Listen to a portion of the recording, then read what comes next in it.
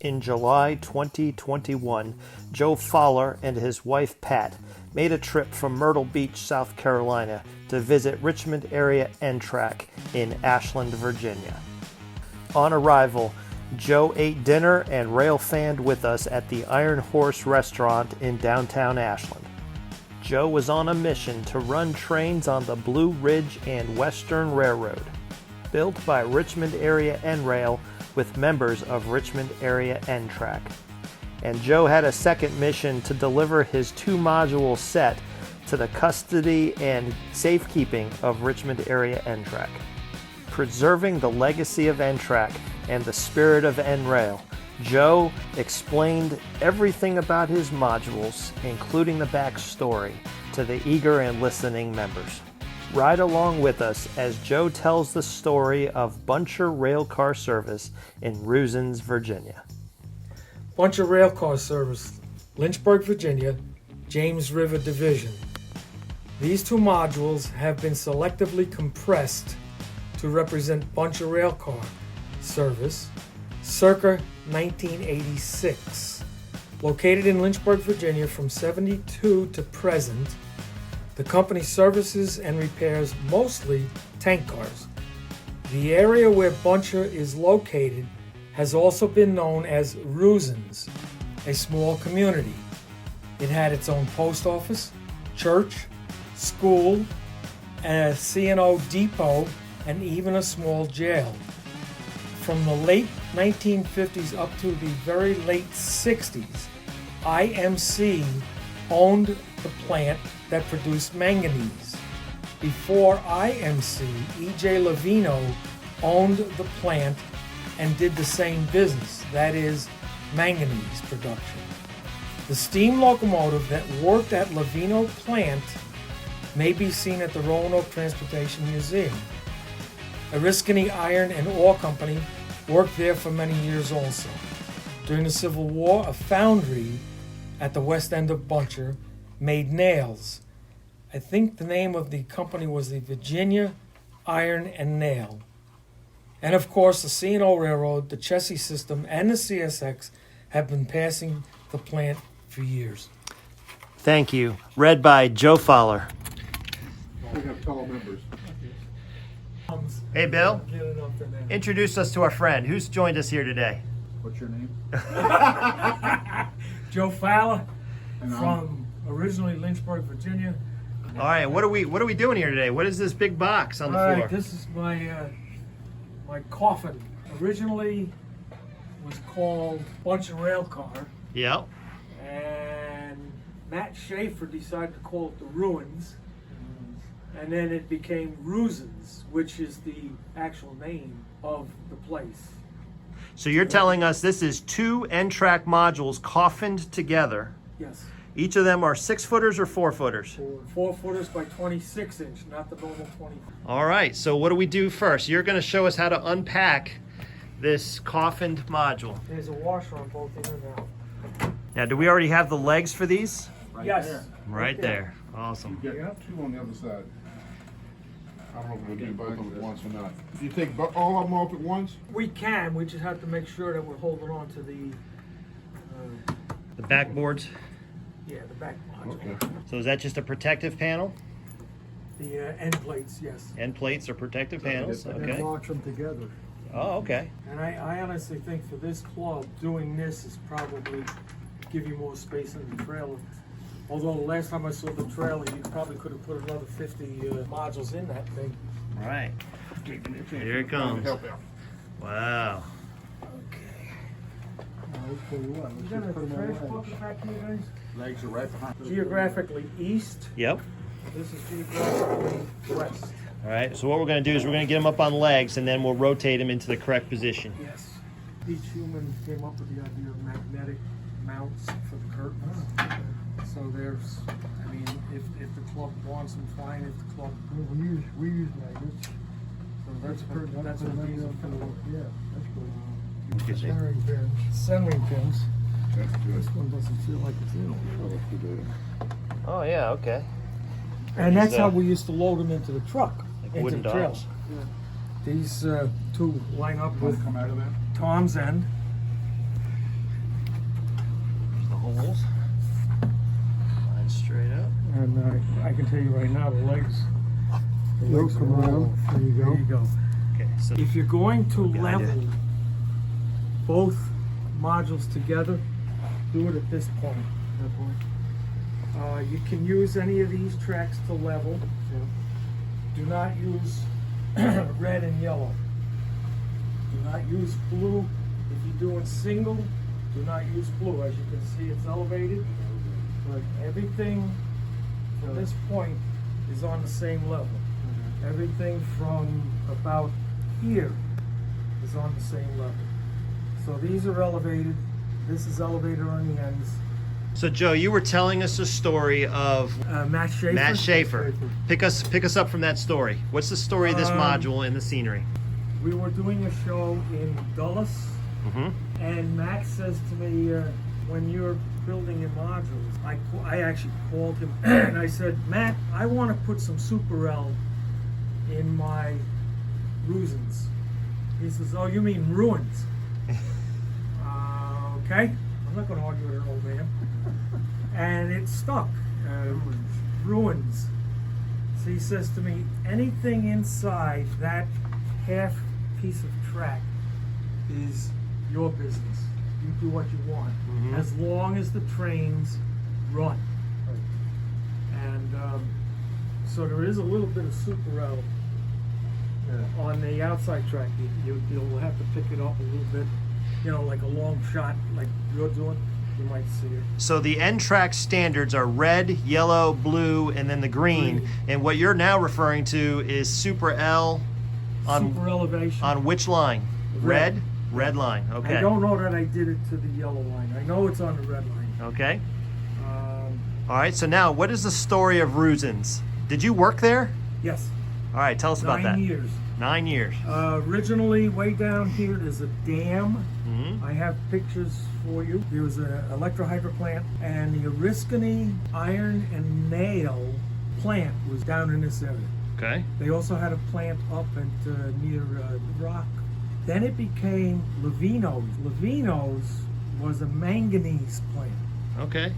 There were two of these. There were 4 sets of towers that you'll see on that top picture right there. And what Lavino did was take the ore, blast it with heat, and get the manganese.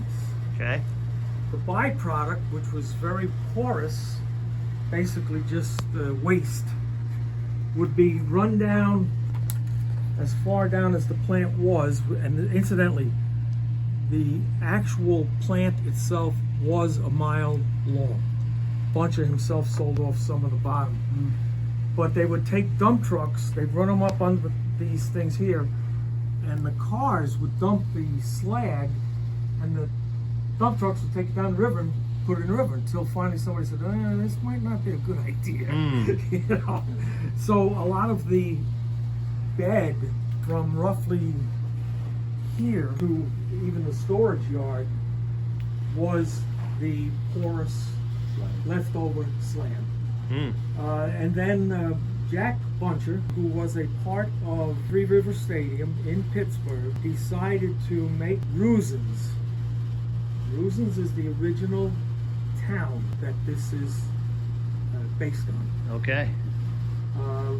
Jack Buncher bought all the yard, etc., and made, primarily, he wanted a tank car repair facility. Hinton became his coal car repair facility. Okay. All outdoors. Right. All outdoors. Repair in place, a rip track. Yeah. Okay. Yeah. And then he owned a place in Young's Wood, outside of east of Pittsburgh. That was primarily boxcars. Okay. And they tried to teach us how to straighten doors, and we made racks, and we did this, and we did that. And the wind-up was that stick to what you know best. Sure. Fix the tank cars. Absolutely.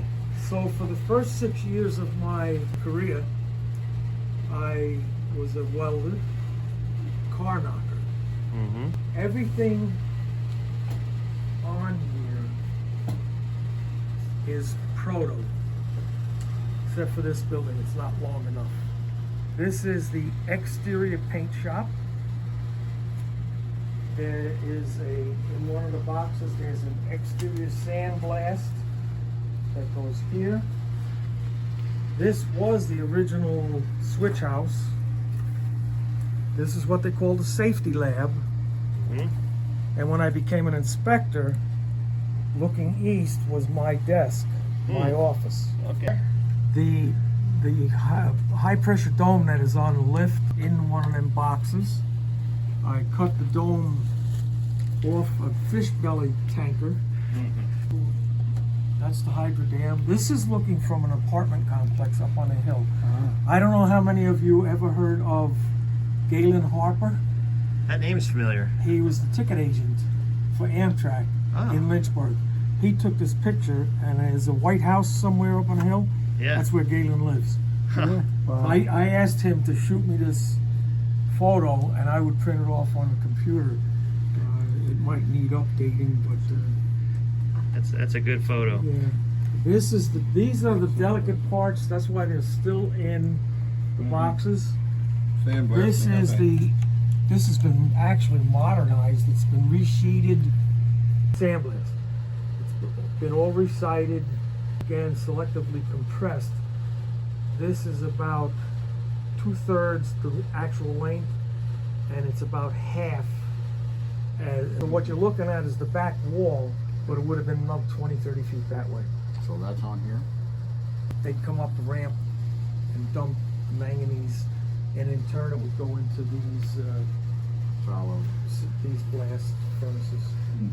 John, I said to you about a story I wanted to tell you about Yes. the cleaning rack. Cleaning rack, okay. Don't attempt to back cars in here. You'll be hitting the staircase. It's in there about as tight as it can be. That was painstakingly. There's nothing other than that came out of a box. This and this are all jig built, scratch built. Scratch built. Turn around, we went to Spencer. This is my story about the cleaning rack. Okay. And when I come back, there's a fellow standing just about where you were, and he looks like he's ready to start crying. Somebody got hurt. Somebody got taken away in an ambulance. He looks right at me and goes, "I'm so sorry. Never pass a toolbox over someone else's module." Boom! Oh no. Found every piece except a little cross brace. The one still exists. Sat paint. He ran out and bought me a bottle of Tester's glue. He says, we found all the pieces. I said, no, we didn't, but you got enough. I put it together at the Spencer show and put it right back up the next day. Wow. Talk to us about these, Joe. Okay. This setup. Yours goes in the center. Okay. That's brand new, fellas. Just I would put it there. These two would always go here. They don't, technically these are not on a road anywhere anymore. They reached the 70-year-old mark and they're history. They're retired. But we won't tell them. That's Joe Fowler. I just got done inspecting the interior. You modeled yourself on top of the car? Hell yeah. All right, man. For posterity. Yeah. Going backwards, the first 6 years I worked here, I was literally working out here. I never worked in, there's a back plant, and there were originally 8 towers and two blasts. I worked out here for 6 years, and the foreman approached me. He says, HR wants to see you, along with Mr. Ferguson. When Mr. Ferguson wants to see you, something ain't right. Not good Not a news. good day. Okay. So I go over there, and Mary, our HR lady, she says, "Come on, we're going into Dave's office." Oh no, Lord, this is not right. This don't sound good. He gets up, shakes my hand. He says, "Have a seat." Uh-oh. Here it comes. Yeah. He said, "How would you like to be an inspector?" An inspector. I said, in what capacity? You're an inspector. Wow. He says, we'll have, the fellow's dead now, he was the head engineer. I decided to go to the Virginia employment people, and they, Joe, as far as education is concerned, you pretty much know what's going on. He says, we're going to teach you how to read flat spots on reels, how to do this, how to do that. The only thing we would request would be that you go to take the exam to become a welding inspector. Well, by now I'm in my late 50s, and I'm thinking, do I really want to spend that $300 to $400 to become a welding inspector? And I said, well, you're not going to be making much more money going here, but it's a welding job. Yeah, do I really want to suck smoke anymore? Fine, because there's room for advancement. I go to a bunch of rail car, and somewhere in here they set up 2 plates, grinding tool, the hood, the whole schmeal. And I had not welded for over 15 years.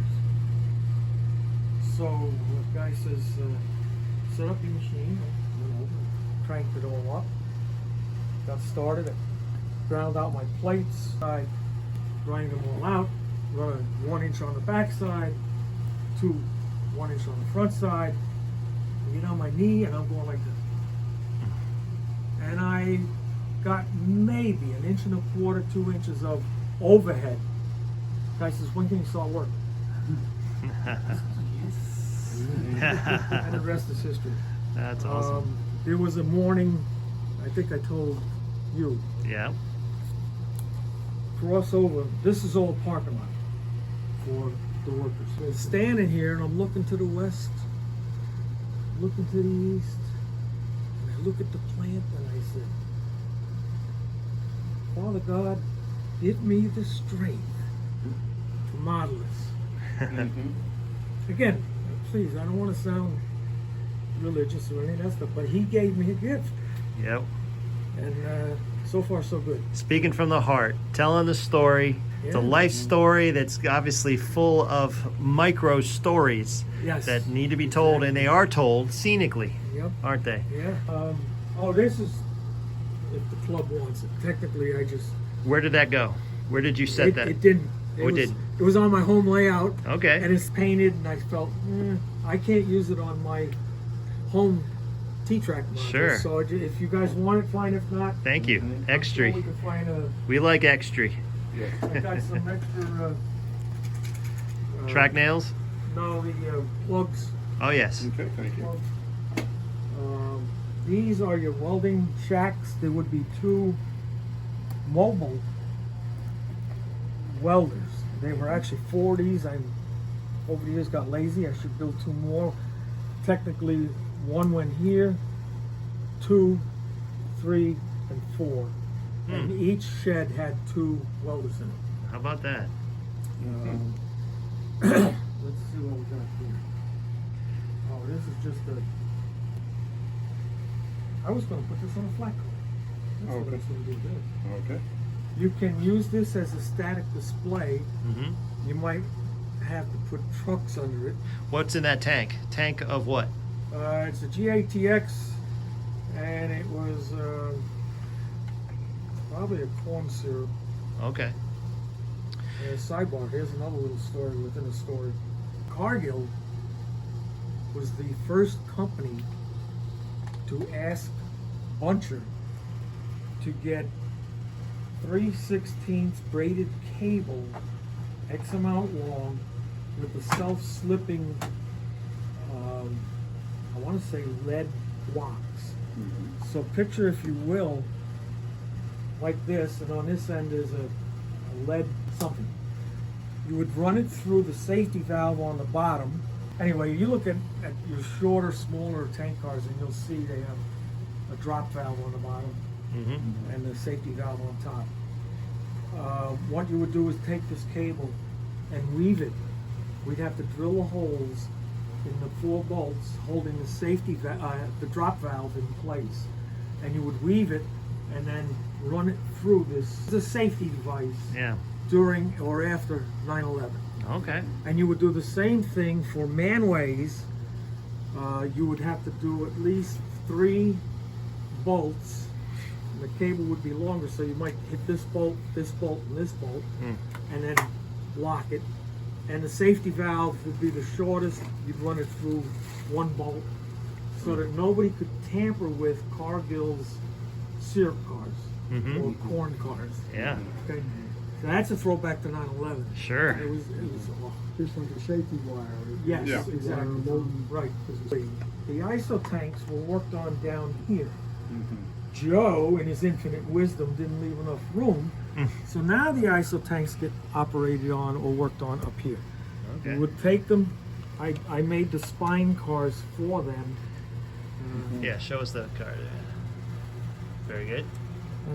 There's you can't see it that well, but there's a spine car in there. Got too. it. And this one, this would go in this end. There was a blast area, but again, the whole building would probably take up another 3 or 4 inches. So this would be what we call the upper blast, and then the exterior paint shop. There was an interior blast, more modern, here, and then there was another interior blast down, not across the river obviously, but down in the back of the plant. These were fun to make. I was talking to somebody about the high high wheel brake, handbrake. Yeah. See how high it is? Oh, You had to be always. taller than Tom to make them things work. Okay. Staggered. I had an old crane. Selfishly, I wanted on my home layout, but I would set up a static crane with the hook over this one, and these two just here. This is a Magnuson Hobbies or something like that. It was a dual cab. I slit the back cab part out, brought it in together and shrunk it. And this used to be called Big Red. Big Red. Big Red. Big Red was called to Richmond several times to help somebody change a wheel set out. Repair in place. And it wasn't, the boom on that was not powerful enough to lift a car, obviously. Okay, static display. This, see the upper handrails? Yeah. The upper handrails. We did a show in Hawks Nest, and these two were in the show.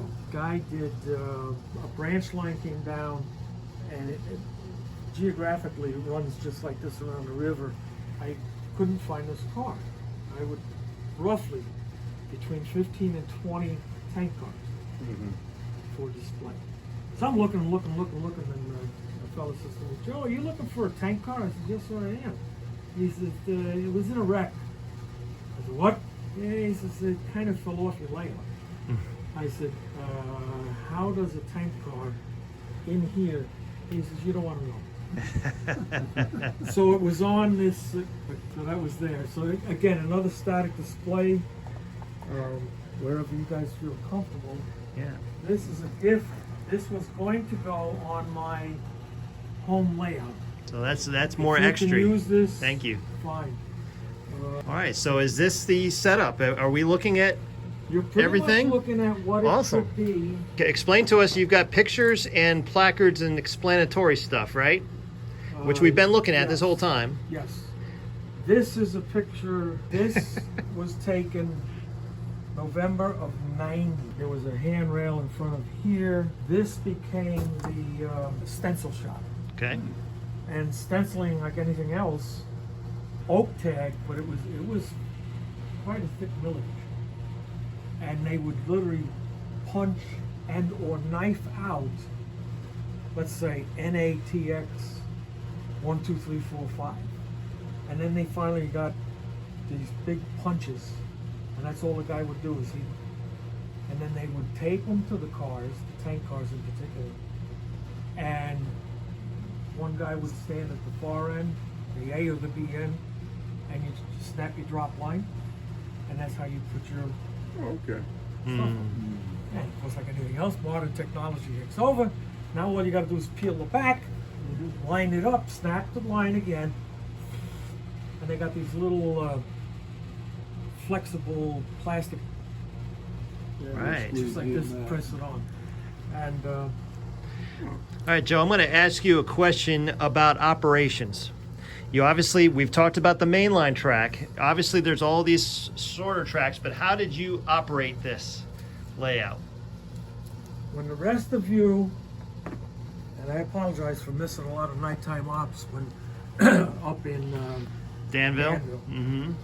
But while we were running, let's say Saturday, Joe Fowler would be running his 8 to 10 little tank cars Mm-hmm. around the whole layout, come back here, and I try to time it. Okay, who's behind me? Tom, I'm going back into my yard, so I go. bear with me. Yep. All right, in real life, this is the main line. Yes. This is the hole. There was a switch in here geographically Mm-hmm. that would run into this, and this did technically run downhill just like this does. Okay. Back in Levino's days, that's how they ran their empties Yes. in here. But sticking to modern day, if there's an eastbound, he would have the right of way. The westbound would have to take the hole. Okay. Tuesdays, CSX would run up, park here. Say we've got 10 repair jobs, 10 units, Mhm. cars. Throw this one, throw this one. CSX, not us. CSX was responsible for those two switches. He would back in, and this would be the inbound line. Yep. It's a holding track. Yep. The outbound, he would run back out to here, Pick up what you left. pick up whatever we had, and come back out, run around, take his train back to Lynchburg. Okay. So, loosely, operation-wise, I think this club will have fun, literally have fun doing ops. It's styrofoam construction. There are corner plates with screws going into the styrofoam. When you set it up, and what I've always done, but once they're together and you clamp them, you want to, in particular, watch your red, yellow, blue lines. Mm-hmm. Make sure they're not pinched. Mm-hmm. And what I would do is I'd get on the front and maybe 5 turns until I could see that gap. But see, now I know there's 2 wheels missing from that. I think we got solutions for that. Yes. This was fun too, because this would have been down here. Yeah, So- to describe, what's the relevance of the wheel set trucks to the repair in place facility for tank cars? Like this end is jacked up. Mm-hmm. It's on a stand. Mm-hmm. You would take the wheels out. If it was slid flat, you'd have to replace the wheel Yep. and or the whole set. Mm-hmm. You replace the whole truck assembly, right? Yes. Yeah. If it was just an axle, you'd just replace the axle. We had, I forget the name of them, but they were the span bolsters, which were 4 axles under one bolster. Huge. But what was another question you said? It was just talking about the wheel sets Okay. relative to the Yeah, repair in place. This is just something I wanted to put on there. Mm-hmm. Technically, they'd come in once every so many months, take out the bad wheels, and drop off the good wheels. Mm-hmm. That's all they did. What was your experience with the hand throw switches? Were those working pretty reliably for you? Yes, the Picos. Mm-hmm. Yes, back here. Just a little micro adjustments. I don't even know that they're still going to work. Yeah. These are working. This one's broke.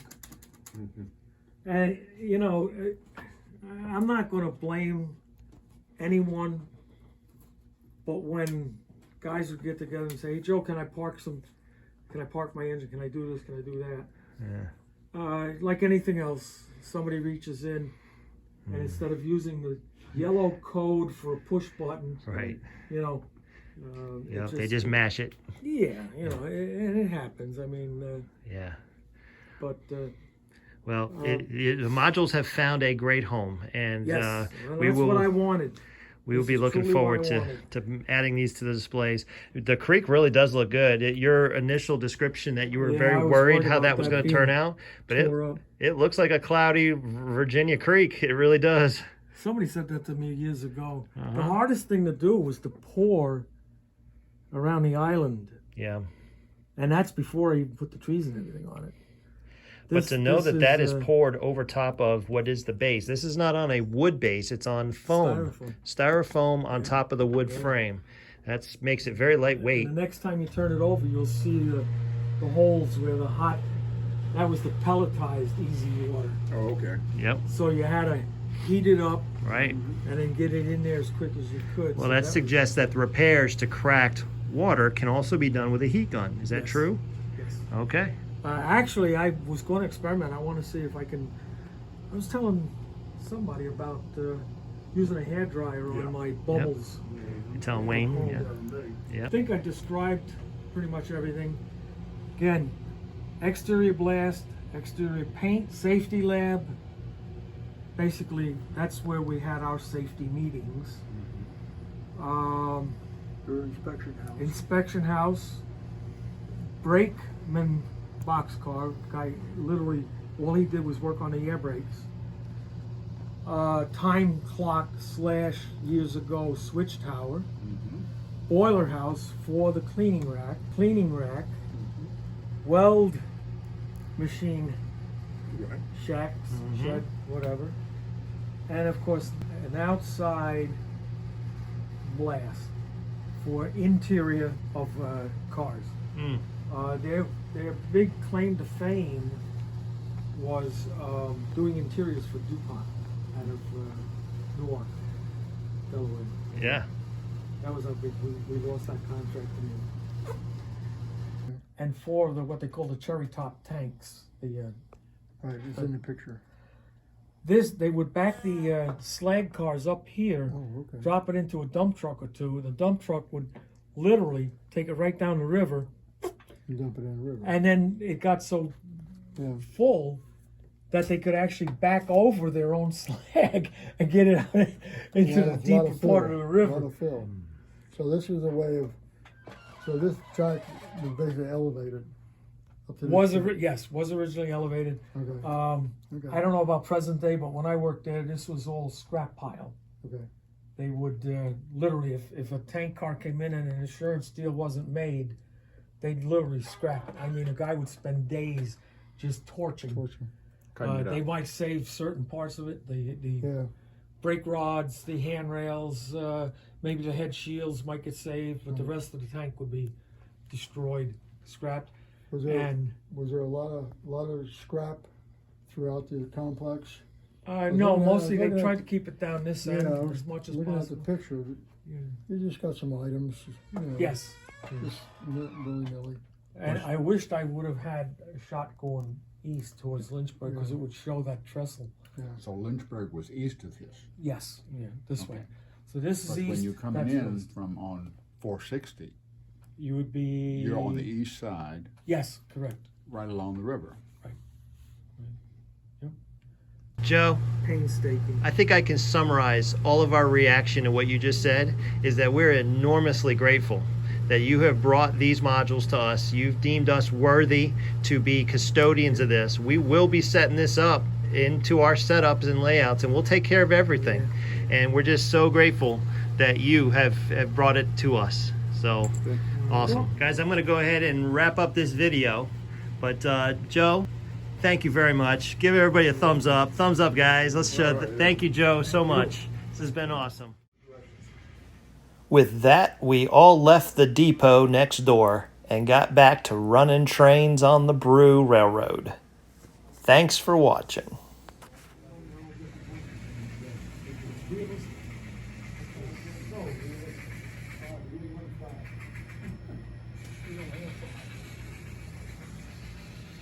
That's the only problem with doing a self layout. I have no elevation except I did in fact run up a dead end, and once I start my own office, the Pennsylvania Railroad it disconnects from its 3 passenger cars, takes the combine, backs up the hill, and there's going to be a sawmill and a derelict coal mine. I remember him, I don't know where we went. We went to an Italian restaurant. And this is back when we did the show up at the racetrack. So this is one of the very first shows I was involved in. Yep. Outside of Lynchburg. And Tony D sat at the end of the table, and this guy Glenn sat over here. Right? He was a Lynchburg N Scaler. He knew everything. He was an N scale guru. Big fella. I remember Glenn. Okay, so he's sitting opposite me, and Tony's there with his smoke sticks, and he turns around and he goes, he's facing Glenn and me. He goes, "Excuse me a second." Gets up, takes his chair, and goes like this. He says, "Keep talking." Notice Tony didn't want to hear any more what he was saying. Tony put him right under the table. Right, I had